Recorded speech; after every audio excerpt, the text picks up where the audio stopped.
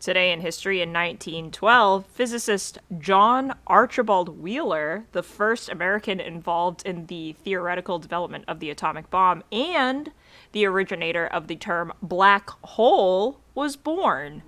I just like his name a lot.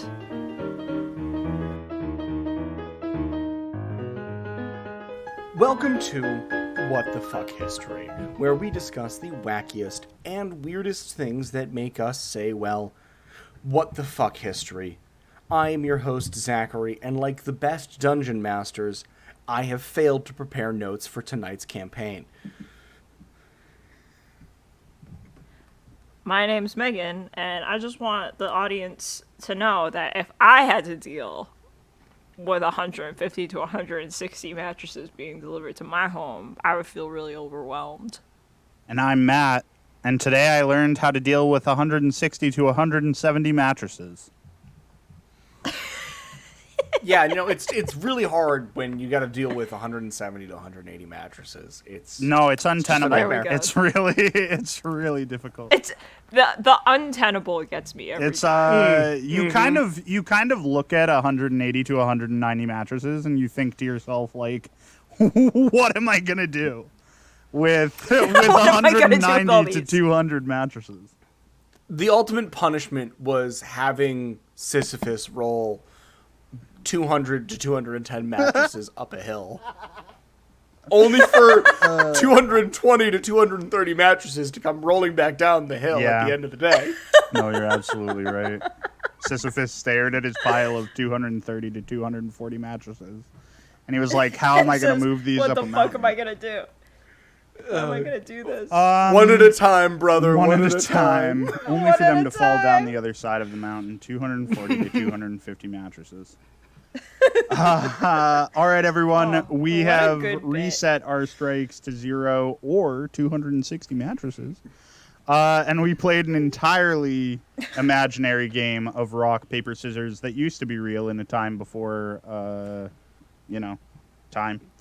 The order for tonight, because I got cut off last time, necessarily, I'll be honest. If you don't think that we needed time for an S tier helmet list or a tiered helmet list, get out. But you're boring. You're boring. You're basic. We don't want you. The order for tonight is me, followed by Meghan, followed by Zach. So I'll just get right into it. We've already got some sillies going on. It's been a little bit since we've done this. I just got back from vacation. A time when I neglected all of my friends. Because I was... He did. This is the first time we're honestly hearing from him. It's been a week. No, I did check in and say forehead kisses to everyone. Yeah, but That's true. I think it was very obvious that you needed some time. Yeah, no, I needed some space from everything. I was just telling Zach before we started recording that it was really nice that he had a medical procedure last Wednesday. Not nice for him. Given the severity of the medical well, I don't want to say severity. Given the medical procedure that he was undergoing, it was not a good time for him. But it did allow me to check my phone, see the message, we're not and I just threw my phone and went, good. Love you. Bye. So anyways, we as a group, when we were starting this podcast, kind of decided at the beginning that despite the fact that we try and do like themed episodes for like Christmas or Halloween or April Fools or whatever, we didn't want to do or save stories about certain populations for the months where they are being... So we don't tell exclusively Black-led stories in Black History Month. We also don't tell Pride-related stories in Pride Month. And where we were going to be recording last time in Pride Month, I had this whole intro that was like, this is a Pride story, but it's not just because it's Pride Month. And now I can do away with this. This is a story about a gay individual. And I'm not telling it because it's Pride, because we're not in Pride anymore. So Nice. We did it. So my story brings us once again back to World War II.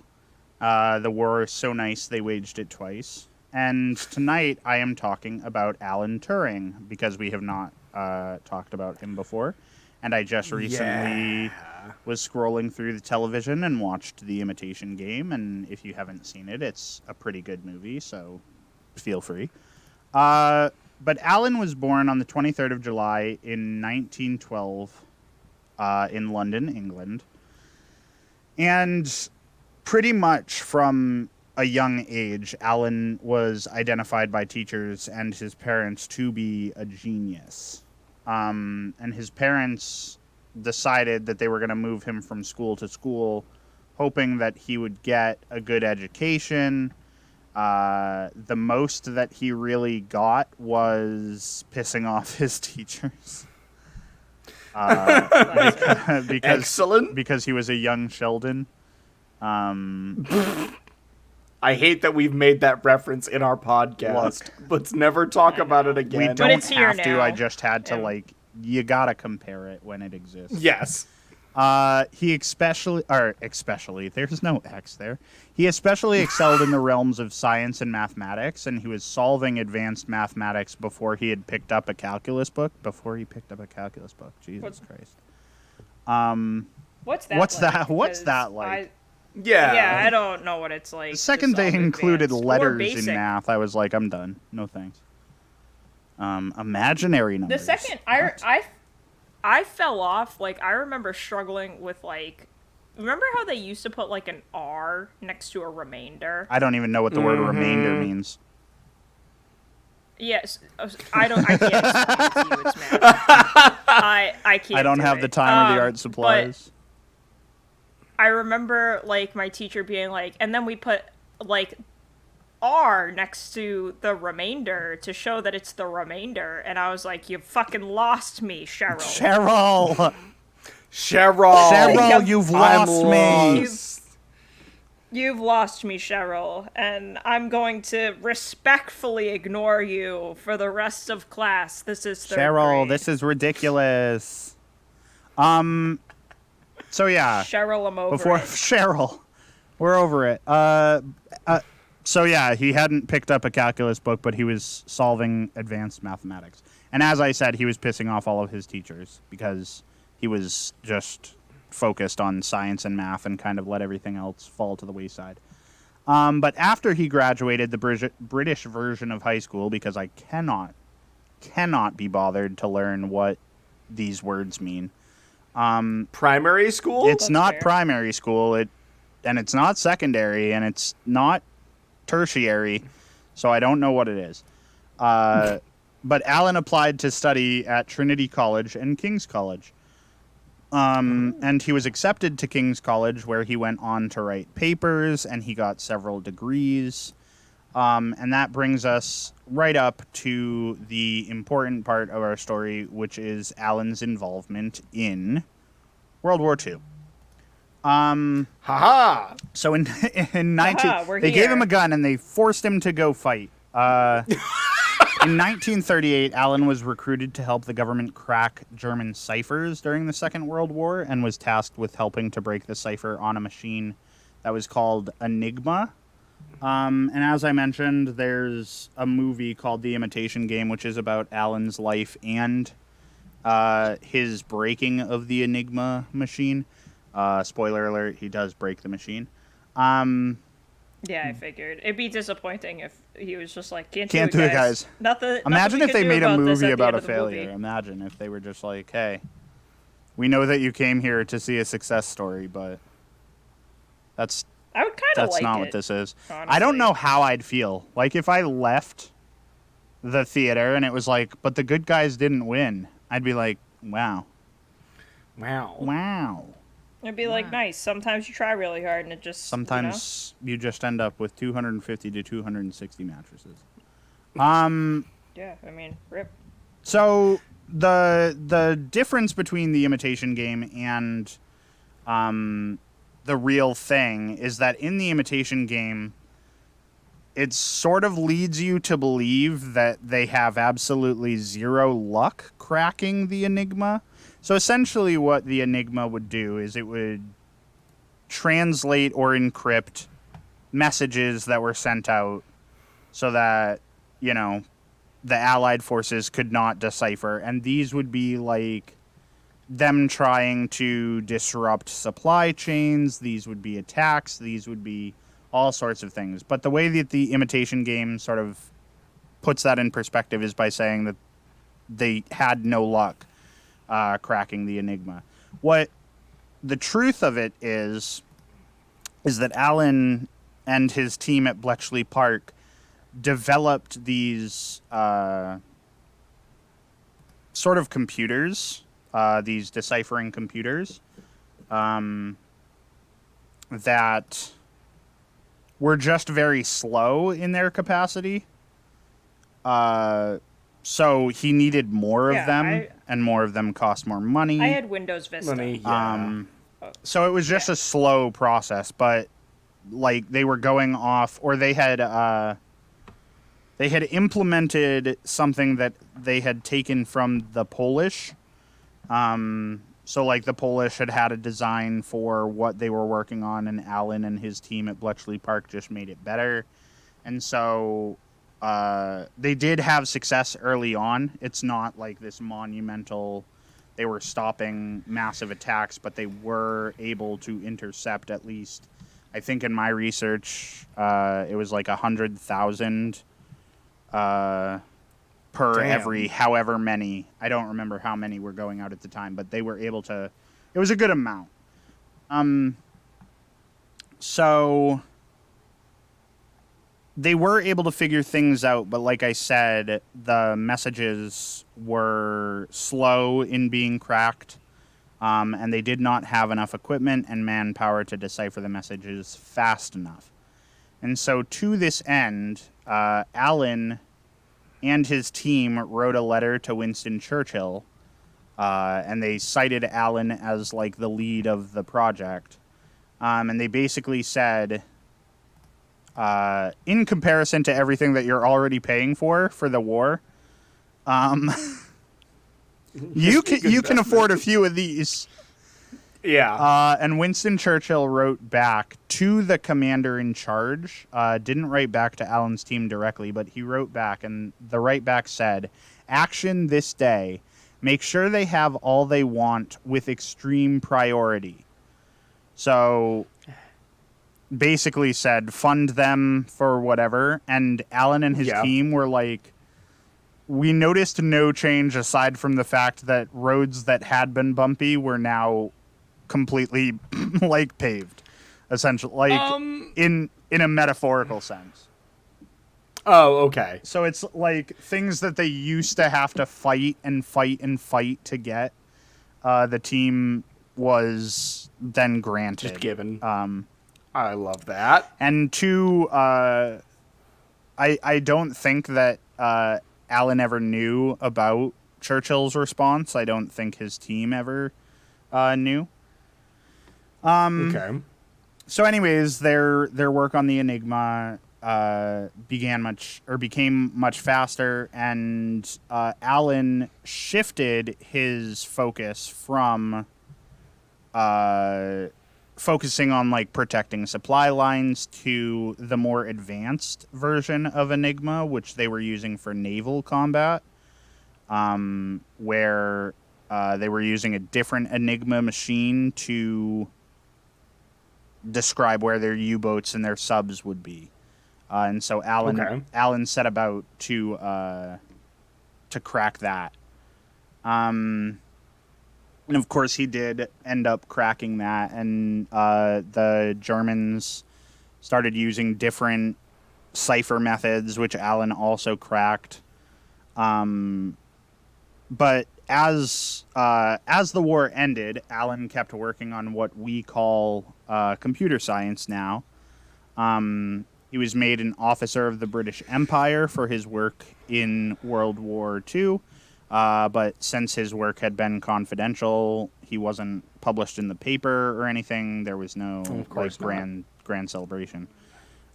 He went on to design computer programs before computers were strong enough to run the programs he was designing. And the way that this... He's like, hey, it'd be really cool if one day this could work. Yeah. the way that this worked, he like wrote a chess program. And the way that this worked is that he had like an entire book of how the program should operate. And he played against players using the program by just turning the pages and sort of like following the way the program should have worked.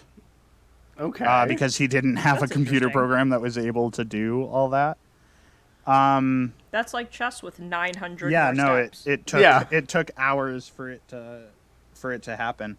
But the whole thing is that Alan Turing is sort of the father of modern day computer science, and we even have AI tests for, like, the test for AI is called the Turing test Turing to test. see if they can pass as human in some capacity.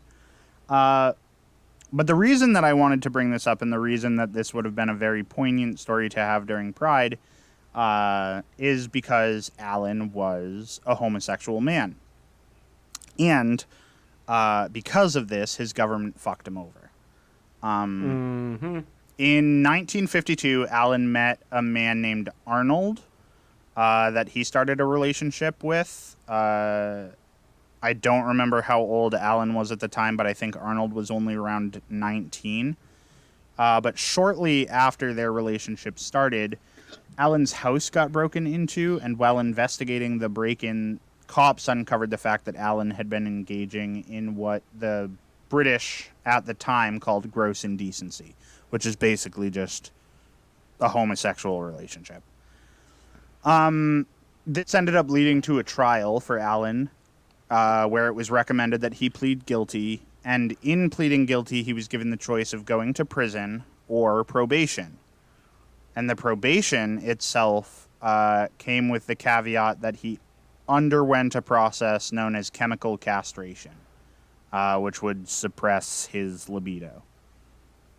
Essentially, he was put on a bunch of estrogen to sort of curb his testosterone. He ended up taking the probation, but because the government was, worried that he might have been a spy, or because they just didn't like the whole thing, Alan was stripped of his security clearance, and he was denied entry to the United States for the remainder of his life. And on June 8th in 1954, he was found dead of an apparent suicide by dosing himself with cyanide. There's speculation about how the cyanide got into his system, but essentially someone found him with like a bitten apple near his body, and they think that he may have just put liquid cyanide in the apple. That's, a little suspicious. It is, for sure. I know. They also think that there's a chance that, like, the scientific work that he was doing at home may have been giving him, micro doses of cyanide that then just became, hit a point of critical mass. Yeah. But Also suspicious, but whatever. what's that? I don't know. Kind of suspicious still, Yeah. but, Yeah. Kids, when you think the government wouldn't do that. Just know that they would. Kids, you don't think the government would kill you for state secrets and for being gay, right? Yeah. Well, they would.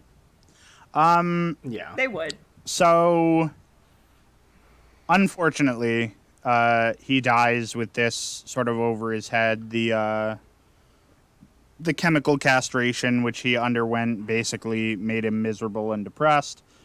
But in 2009, a petition was signed by over 30,000 people to have the government apologize publicly for their treatment of Alan, which they did. The prime minister at the time, went out and spoke and apologized. And then 5 years later, in 2014, Alan Turing was posthumously pardoned for gross indecency by the Queen, which, it's a shame that they couldn't have fucking been nicer to him while he was alive, but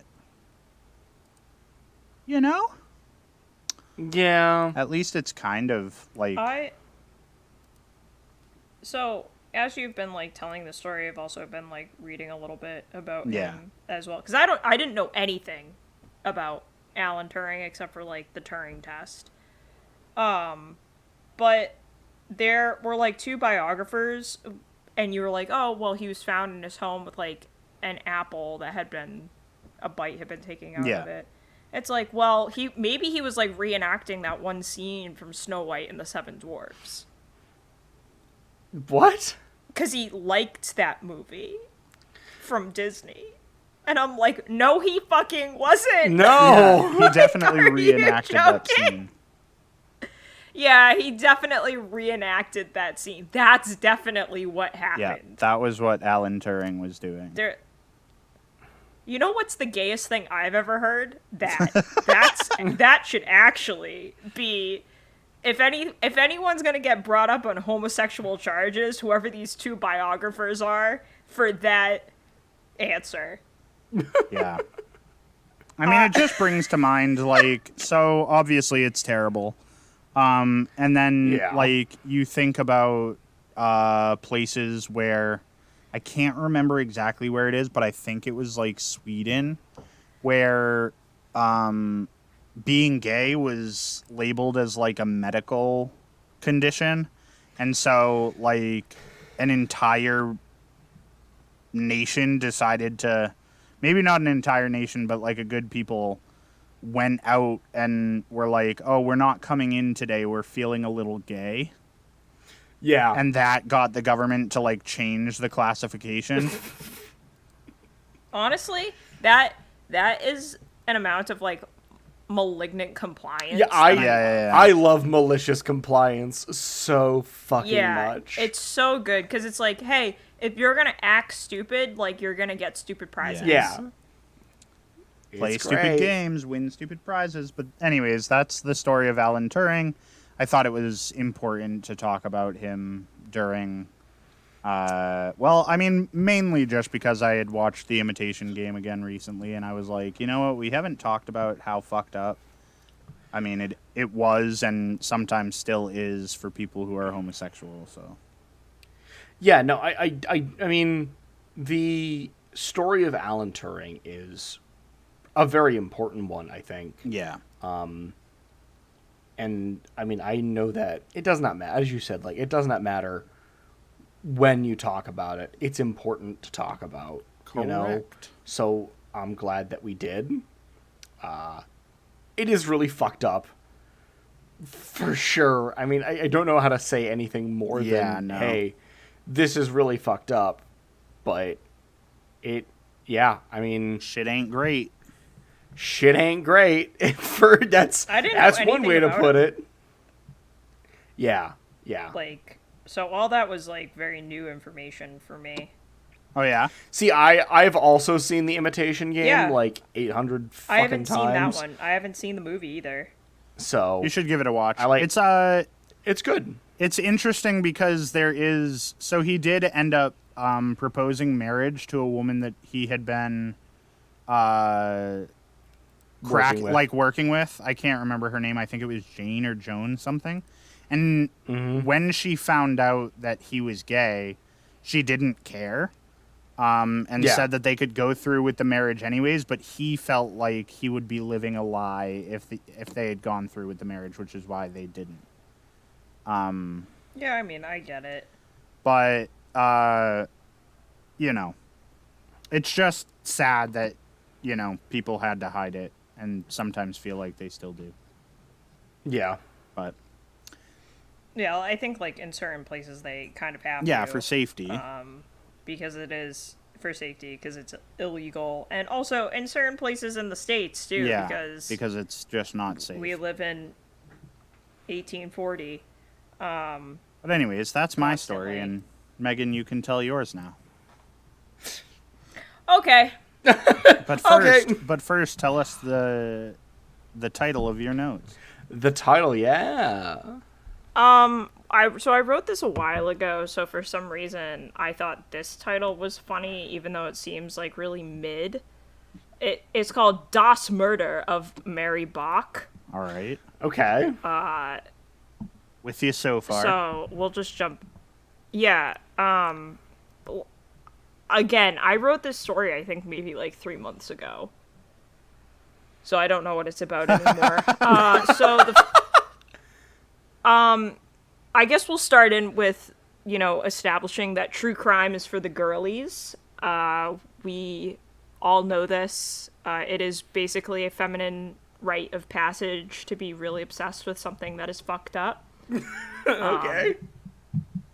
I mean, it just is. I think if you're a girl, you were into the occult at some point. You were very interested in being married to a fox demon at another point, and then you grew up to love true crime, and that's just who you are now.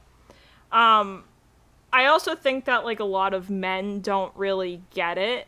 I know my dad doesn't. Like, I've heard him say to my mom and sisters on multiple occasions that, like, he doesn't like it when true crime is constantly on in the living room. He's just like, this is morbid, and I don't want to be in here if it's going to be on for this long. Yeah.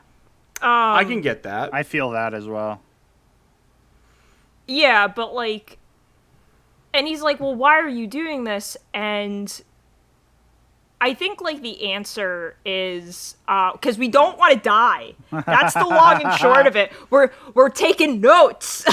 Okay. Like, if we know the stories, then we don't end up like the women I'm about to tell you about.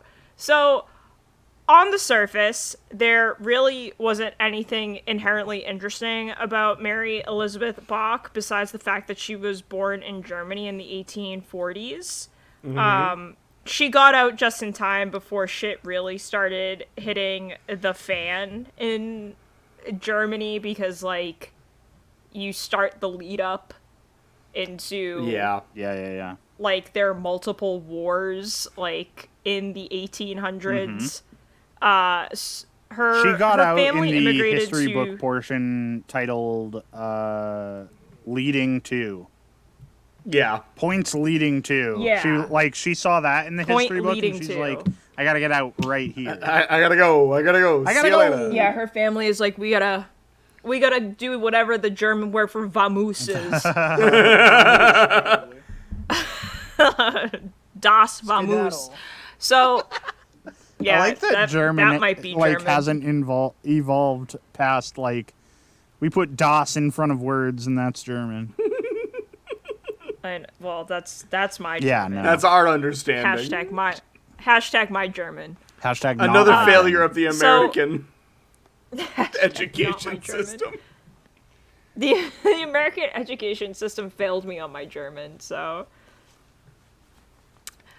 So, like I said, her family got out just in time. They immigrated to the United States when she was but a lass, a Das Modell, if you will, because I looked that up for some reason. I think Steve is going to crucify me. Yeah, for Steve will butchering kill you. that. He's going to kill me. So, the other thing that's slightly interesting about her is that she had multiple marriages as well. So... I know, at this point in time, too. So, not much is known about her before the end of her first marriage, when her husband, as most old-timey husbands do, just disappeared and was presumed dead. Ooh. Love that for her. Love that for her. He fought for the Union Army in the Civil War, so probably dead. Yeah, probably. Probably dead, unfortunately. It was a risk of the trade being a husband without a cell phone in the 19th century. So, rip to a legend. So, rip to a legend. Not one to wait around because life expectancy at this point was died in childbirth. Mary was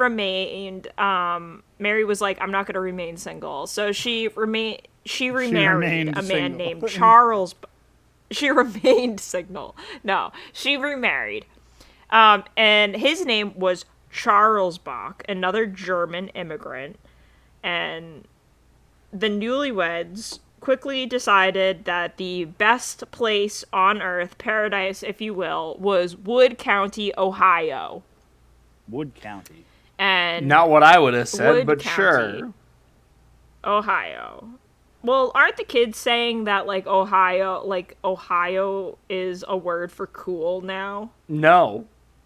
No one has ever said that. I ever. absolutely hope that that's not the case. Because the No, I think second that's that a I thing have now. to describe something as Ohio to fit Yeah, in with a child, Okay. Hold on. Well, first Ohio off, why are you meaning- trying to fit in with a child? well, because I work with Ohio kids. slang. Oh, well, yeah, I know, but just If they come to me and they're like, that was Ohio, I'm going to be like, we're in New Hampshire, bud. get the fuck No, out of I'm my pretty office. sure- Get the fuck out of my What does office. Ohio mean in slang? Oh, no. Okay, sorry. Ohio means you're a loser. I was wrong. Yeah, because Ohio sucks. Yeah, so I guess what happened, this is a tangent, but I think you should know this too, to use that meme. So people started saying as a joke, only in Ohio or X in Ohio, because, like, weird things happen there. Like, not a lot is going on, so people have to find weird shit to occupy their time. Yeah. And so That tracks. they now use it as, like, something weird, like, kind of a loser or creepy. Okay. So now that we've cleared that up, probably incorrectly, let me continue. Probably incorrectly. Mary is the and most Charles. important thing that we can say about anything that we've done. Now that we've brought You know you, what, the history, listeners? probably incorrectly. Now that we Probably brought you the incorrectly. history of Ohio, That's bringing you the Gen subtitle Alpha's of our slang. podcast, actually. Only in Ohio. So Mary and Charles were like, we don't think Ohio's weird yet. And so they proceeded to have 3 children in paradise. Oh. In the 1870s, there was an economic downturn, and the Bach family fell on hard times. And along with men just disappearing during the war, another common thing for them to do was to just, like, beat the shit out of their wives, because, as everyone knows, women control the economy. Say it with me. We can't retroactively so- say it with you, but just It's okay. I also feel uncomfortable with... the energy we've created in the studio. Yeah. It's okay, Zach. I can say it because I control the economy. Because okay. she is a woman. Yeah, I control it. So because Mary had financially assisted in purchasing the farm that they lived on, Charles could not legally sell the property without her consent, which apparently was the only thing he needed her consent on, because he was a piece of shit and this was her home. She refused, and he began beating her in an attempt to really make her see things his Yeah. way. As you often do. Yeah. As you often In do. times where you were allowed to beat your wife. Yep. Because he kind of was. Like, not everyone was just like, oh, yeah, that's just Charles wailing on her again. Their neighbors are like, what's that noise? And it's like, oh, Charles is beating his wife. Yeah, oh, there it is. One day they're going to name a shirt after guys like him. Yeah.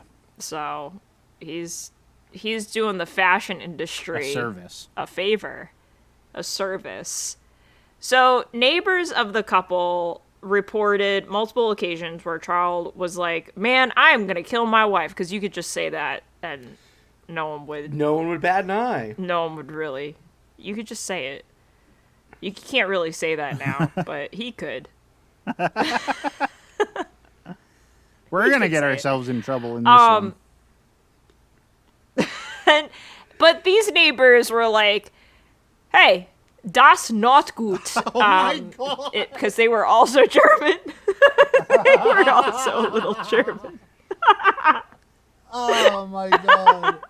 Yeah, They're like, mine. Steve's mother tongue They were is like, German, "Mein so I Gott." think you're screwing it up. I am. So they called the constabulary, and Charles was, say it with me, arrested. Arrested. 1880. Good try. Arrested. Good try. So he was arrested in 1881 after Mary convinced them that he was a threat to her life because it wasn't enough to be like, hey, he's beating me. She had to really be like, well, if you turn to Exhibit A, my black eye, he's really going at it. So he was held in custody for the whopping amount of 18 days. People with an ounce of weed have been in jail longer. Upon his release, Mary filed a restraining order, which I didn't know existed at this point in time. And this restraining order effectively banished him from their farm. And when he tried to come back, Mary locked him out of the house and he had to sleep in the barn. At which point, she was like, I'm going to start filing for divorce. However, Charles was not a man to take this lying down in the barn. In the same... he was like, I am upset. Or whatever Das upset is in German. I am Das not good. Gut. Das not good indeed. Mein Gott. I am das not gut. Mein Gott. And so in the same year, what is upset in German? Do you know? Yeah, it's been a long time. Hang on. If you don't know, that is fine. Upset in German. Yeah, upset in German. Verärgern. It's probably okay, also I'll not leave that to you. correct. That was sounded like a Bra, lot bra, of bra, letters bra. that you just Yeah. Yeah, that thing. that. So It could just mean in the same year, because that seems to be. is that actually It upset? might be like upset as in to like disturb something, Not as in like as in like upsetty being spaghetti. sad. Well, what's angry? What's angry?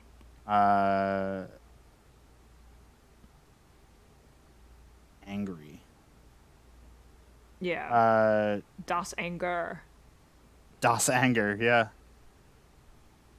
The anger? Oh my god. I mean, I think anger in German is just anger. I'm a fucking genius. So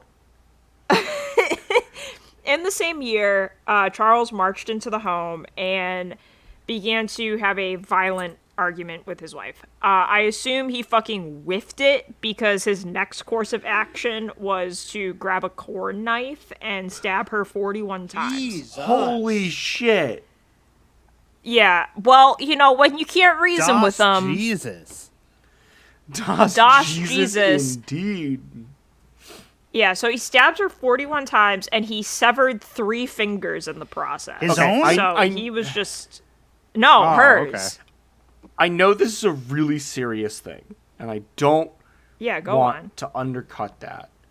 But And I know this is bad, but you said this, Megan, and my brain said, yeah, he just came in, and then he was there, and then I stabbed him 47 times in the chest. Carl, That kills people. That kills people! But that is what happened. But like That that's is what what my happened. brain He came said. in- Like that kills people, That- but Carl.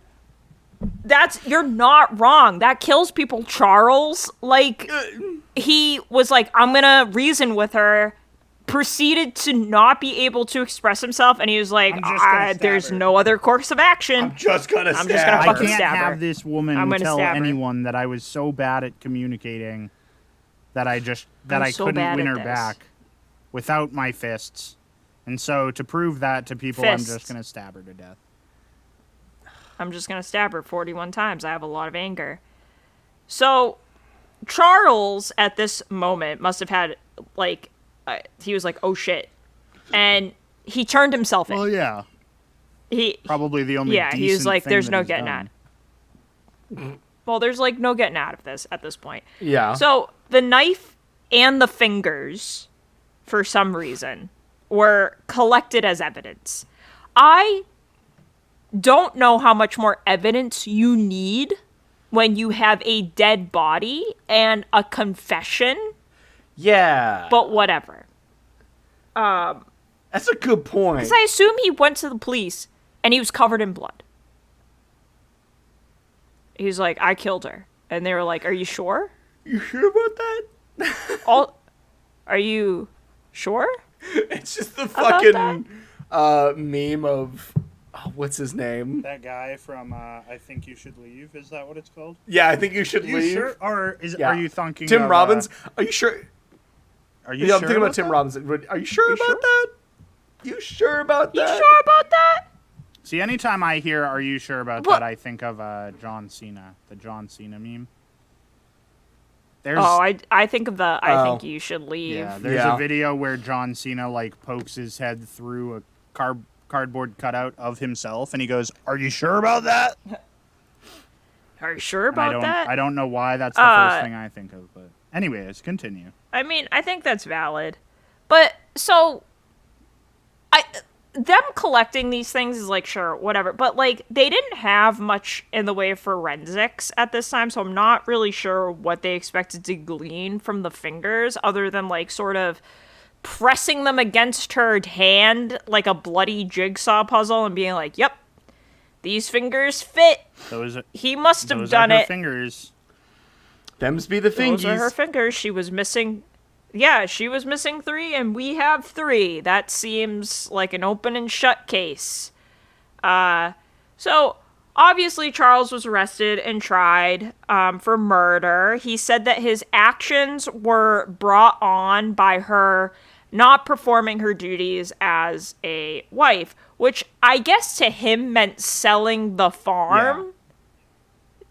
Because that's why he was so That's angry. typically what I get pissed about when my wife won't.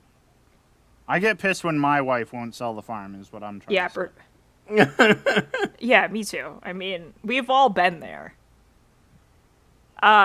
So their son witnessed the murder as well and was like, yeah, my dad did it. So Charles was found guilty. There was even a retrial where he was found double guilty. Why need a retrial? They weren't convinced. They weren't convinced by the overwhelming evidence, and so they were. He was found double guilty, which I assume is the first ever trial where someone was found double guilty. Yeah, I mean, And he was he hanged. double sentenced to double life sentences Double. Well, I think you can only hang in once. double prison. In double prison. Double prison is where they send the real bad Yeah. guys. It's like a prison inside of See, a now prison. here's the thing. You say that I'm pretty sure that you can only hang once. But like people in prison now are like sentenced to 145 consecutive years. No, that's true. So, But if you hang someone right the first time, yeah, I mean, fair. Yeah. you know, that if you do it right the first time, there's you no don't need point to do in it hanging again. them. Yeah, do something right the first time, and you save yourself work later. It's about the work ethic. Is what I'm getting at. So anyway, in a strange turn of events, those fingies didn't just get buried though. For some reason, they got put into Wood County's museum. Why? As you In do. like a jar of formaldehyde. So yeah, why is a good question. There has been controversy over the fingers. Oh, I never would have guessed. Yeah, there's controversy. There's the finger controversy. But there's really no law saying that they can't be displayed. And it does bring in a lot of tourists to the area. However, in 2020, there was a redesign of the exhibition about the murder, and with it, there was a whole effort to humanize Mary after much of the blame of her own murder at the time was put onto her. Even though, like, her husband was found guilty of murdering Twice. her, a lot of people looked at her and said she was a bad wife, and her actions of being so obstinate pushed her husband to do this. Like, yes, he did the action, but she pushed him to do it. Yeah. No. So, yeah, I mean, obviously, no. I don't see any reason but to that disagree is, with those people. I have no reason to disagree. That's why her fingers are in a museum. You know, that's what happens. So, in an effort to combat this, the exhibition talks about, like, domestic violence, and yes, the fingers are still there. Hopefully a middle one to keep giving her husband the big bird, even in the afterlife. But they are, like, in a concealed area. Like, after you sort of, like, learn about domestic violence at the time and, like, how domestic violence is still happening and, like, the facts of the murder, like, you have the option now to, like, either see the fingers or don't. And that's the story of Mary And Bach. you better fucking see the fingers. Das Murder. Das Fingers. Yeah, Das Das fingers. fingers. It is still pretty weird that they are there. Yeah. But Yeah. Yeah. that, I mean, other than that, like, so, okay. If you look at it this way, right? If her fingers were not in the museum, she would just be another woman, another victim of domestic violence that, like, no one would ever pay attention to. That's true. But Yeah. but because her fingers are there and it, like, brings a very morbid curiosity, people have to, like, sort of learn about her story and the fact that her husband is a piece of shit and that husbands like this are pieces of shit. Yeah, I yes, I agree with you there, but I think the fingers, to me, get to the crux of why I also don't enjoy, like, true crime stuff. Yeah, because then you kind And- of always think about, like, we're talking about this because it got highly publicized. Yeah, to me, the problem I get with a lot of the true crime genre is it is this, like, overabundance of, like, making a product out of someone's misery, and that rubs me the wrong way. Yeah. However, I do very much No, I see the know. importance of, hey, this person's story is bad, this person's husband was a piece of shit, we should acknowledge that. But also, I think you should just let the fingers get some fucking rest. Like, Maybe you know, we bury the I fingers know, with the and- rest of her now. maybe we bury the fingers with the rest of her now and say, hey, we know that this was bad and it is bad, and we can continue to talk about how bad it is without putting a morbid display on for our own sick amusement. No, I get it. So, I mean, like, they also have been there for long enough where, like, there is sort of this mythos built up around, it's like, hey, do you know, like, they kept these fingers here for, like, 150 years? Yeah. So, at this point, like, you kind of don't need them anymore to, like, raise awareness. And also, here's another thing. And another thing. Here's another argument that if they are doing this, and I didn't look into if the museum or the exhibition is doing this, but it would be cool if they are. If the admission price, some of the admission price goes to helping domestic abuse survivors. That's how it should be. Yeah, like, if that is what is happening, my argument is let the fingers out. Let the fingers stay. Yes. If that's what let it the is. fingers stay. But if that's really not what is happening, then I would say, like, I think you have gotten enough from the fingers and you should bury them with her. Yeah. But I should look into that, though. I just thought that I didn't do that. But yeah, that would actually be pretty interesting if that is what they are doing with them. But Yeah. anyway, that is my story. Zach, we should get into yours. We should, for sure. Good.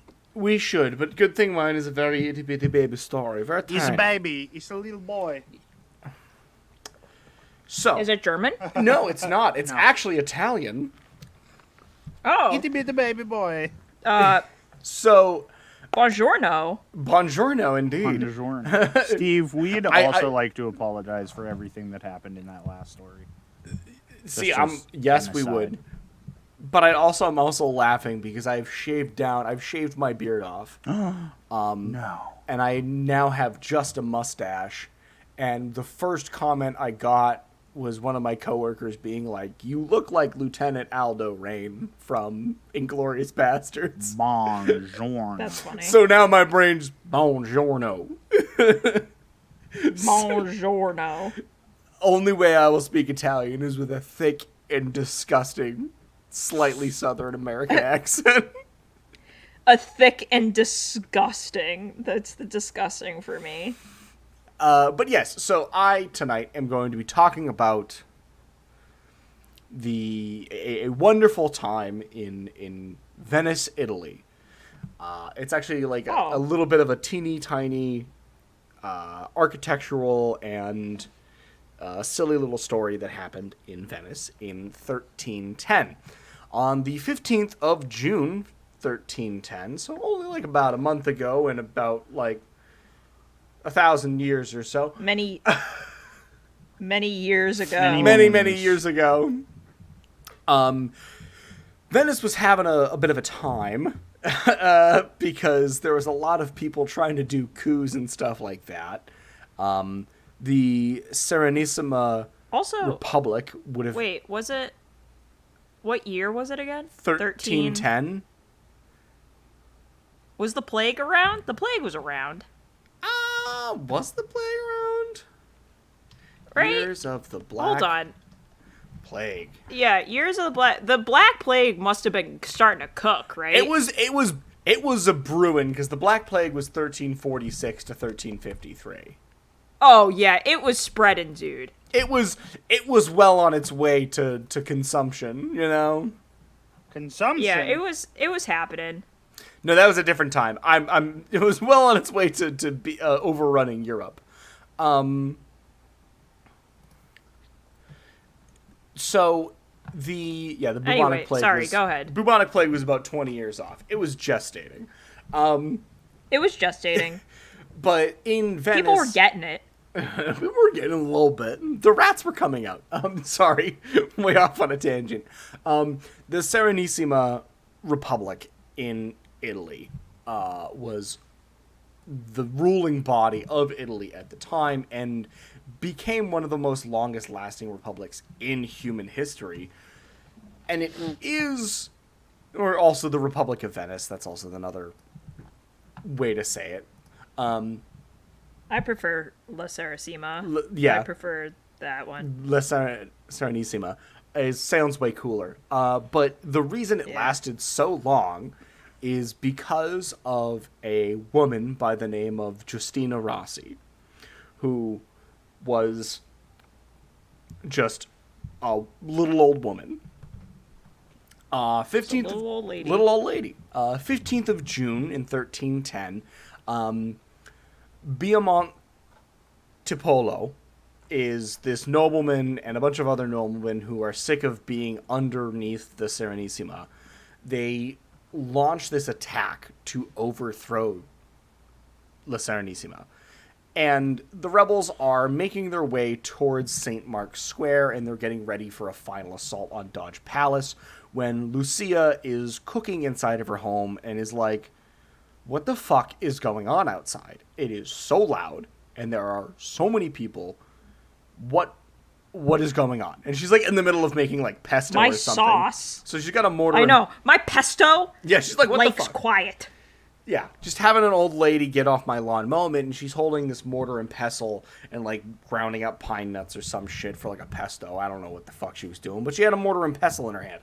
And as she's cooking, she opens up her window and sees what's going on, and then she looks down at the people that are below her, and as she looks down, this mortar that she's holding slips out of her hands Oh no. and smacks the lead flag holder of the rebels on the head, killing him instantly.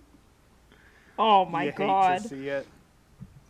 You hate to see it. If you're the Serenissima, you love to see it because all of the rioters begin to panic, thinking that they've I been would too. discovered on their march to Dodge Palace. And they start to just, like, you know, go a little bit all over the place. And the Serenissima just kind of send out troops, sweep them up, and they stop this coup completely. I can't believe it. And My pesto. so this old lady, fucking Justina Rossi, is like, I guess I just saved the government, and I guess I just saved all of Venice. And You're welcome. so basically, yeah, you're welcome, because the Grandigino, I believe I'm pronouncing that, The Parmigiana? the Parmigiana, The Parmesan. the Grandigino. My name is Parmesan. Gian.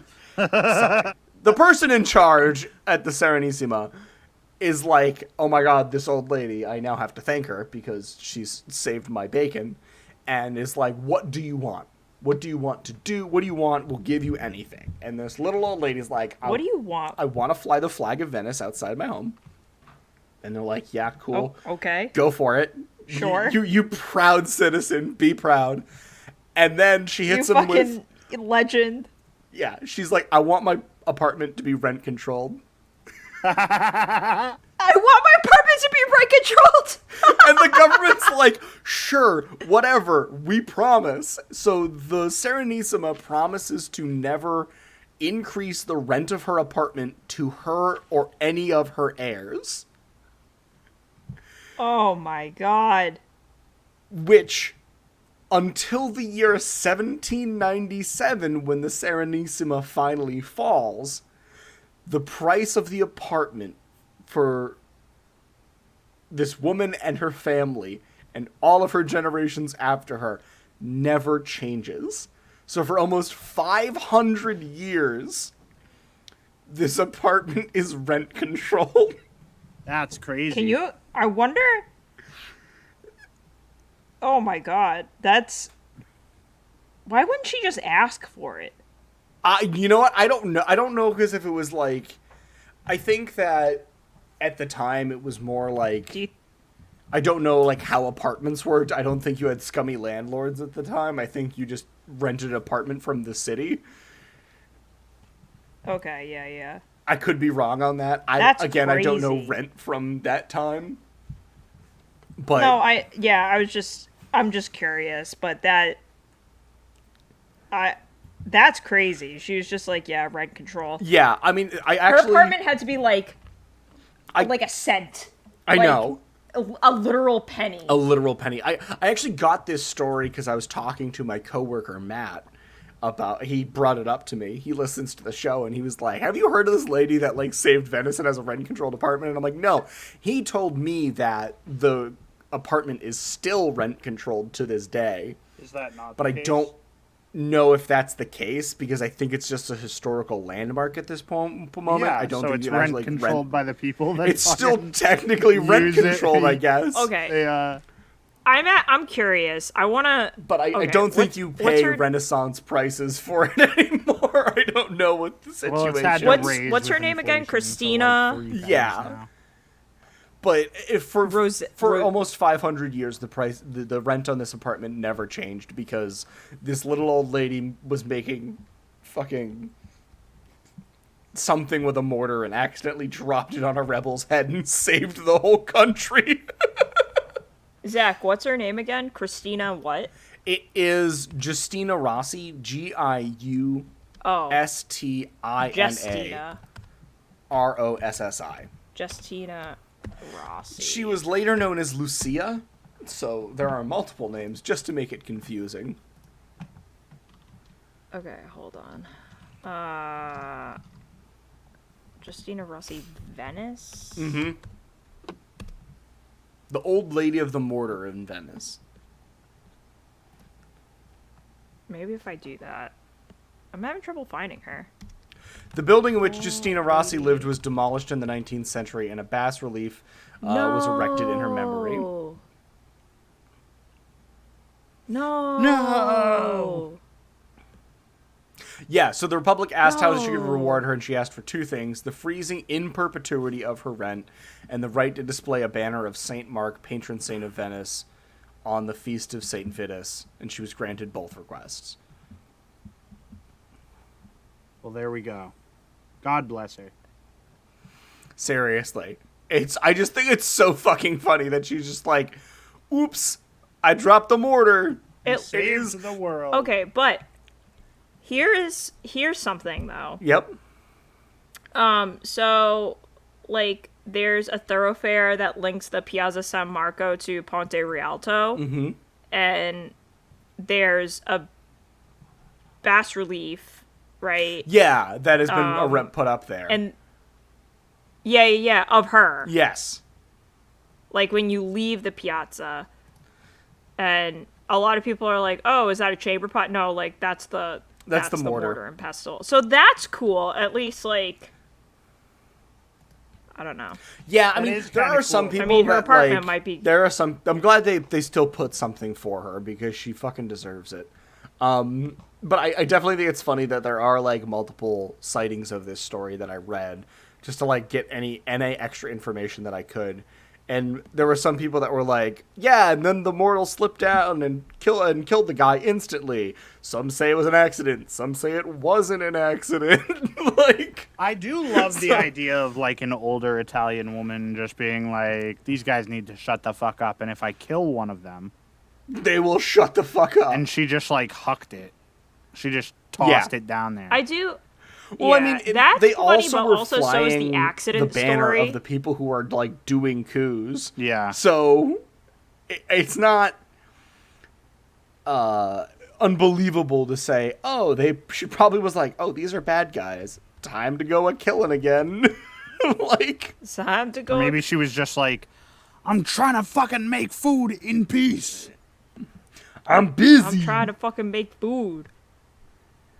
Yeah, could be. Man, Venice is pretty though. Oh, one of the places I really want to go. You know. All right. Well, Too bad it's sinking. we should probably but that's end fine. this episode with the knowledge that Venice will one day be under the waves, as we all will be. As we all will be. Yes. Let us all return to the ocean. To crab is to human. Yes. Or to crab is to evolve. crab is To evolve human. is to crab. Anyways, end of episode.